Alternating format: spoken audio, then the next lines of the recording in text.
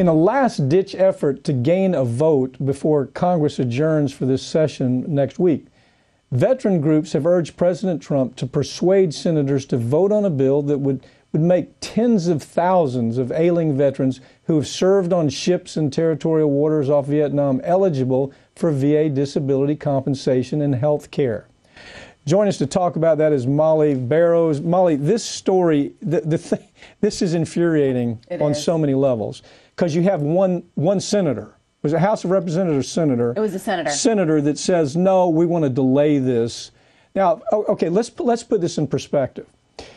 We're talking about, it was about $5 million that they'd have to spend here. Some people say it could be as little as $1 million. Right. Two different government offices. Okay, lay it out for us a little bit and tell us what this story, where it develops. Basically, yes, and you're more familiar with what Agent Orange is. As you know, it's an herbicide that the U.S. government used in Vietnam during the war to basically destroy crops and forests so that they could see the enemy. And it destroyed human beings, as too. well. Our soldiers, it destroyed their lives, too. But go ahead. Led to many, many lawsuits from our own people, as well as from those from Vietnam. And also, as you know, it's been connected to any number of diseases and cancers, and as well as genetic problems. Dow Chemical at its very best. Yes, and causes genetic problems that they're still continuing to see. And so this bill was going to address some of that. It was going to extend benefits to more veterans, some of their children, especially if they could be shown as part of research to determine what sort of genetic impacts being exposed to this it had. And some of the money was even going to go to Vietnam, victims in Vietnam, whether they needed medical treatment, as well as to take a look at the environment and see what, if any, restorative work could be done there.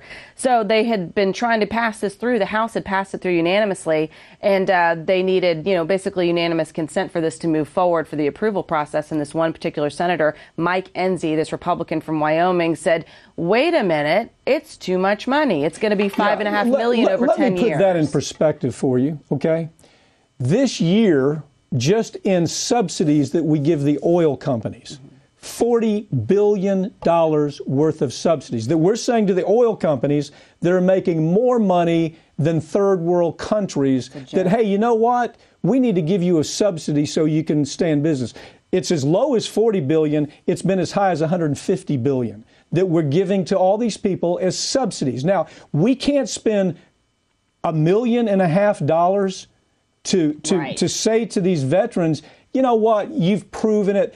The dangers of this product has been proven. Oh, I mean, it's not just the first generation of people who are exposed to this product that, by the way, Dow Chemical clearly understood what the dangers were. Absolutely. Okay. So it wasn't just first generation, it was second generation and third generation. So the study that this man's talking about is, we want to see how far removed it is. Right. We don't want to spend any money money here before we know this. I mean, isn't that it is. Well, and it's interesting because you see the arguments even among the governmental offices, not just the legislators. You have the VA, who's the one leading the charge with these excuses of cost and basically saying, well, we're just going to wait for this next study to come in. The results are due in 2019.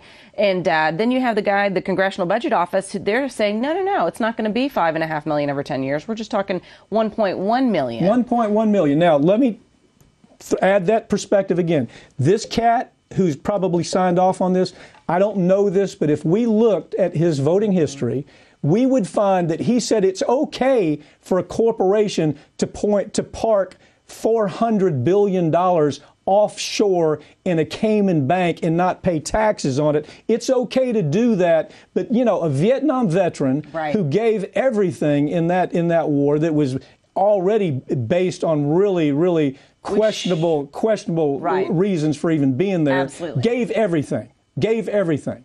And so we asked, now we want $1 million. We want maybe $5 million. It's fine for this. If you give him his name again so people can. Mike Enzi, a Republican from Wyoming. He was the lone senator who managed to block this from moving forward. If you're watching this program, go look at his background. And I bet you're going to find it's Mike Enzi in corporate America, Mike Enzi in big corporations every time. But where it comes to Mike Enzi in doing the right thing for consumers, or certainly Vietnam veterans in this situation, there's not going to be it's not going to be a two-way street. This doesn't surprise me. It certainly doesn't surprise me. That's a lone Republican. Well, they aren't giving up on it. They're going to try to, again, after the Christmas break. But let's see. We'll see how. Let's see. I think it'll pass, but it's really tells a story about this guy. Yeah. Molly, thank you for joining us. Absolutely. Okay? Thanks, Pat. Yeah.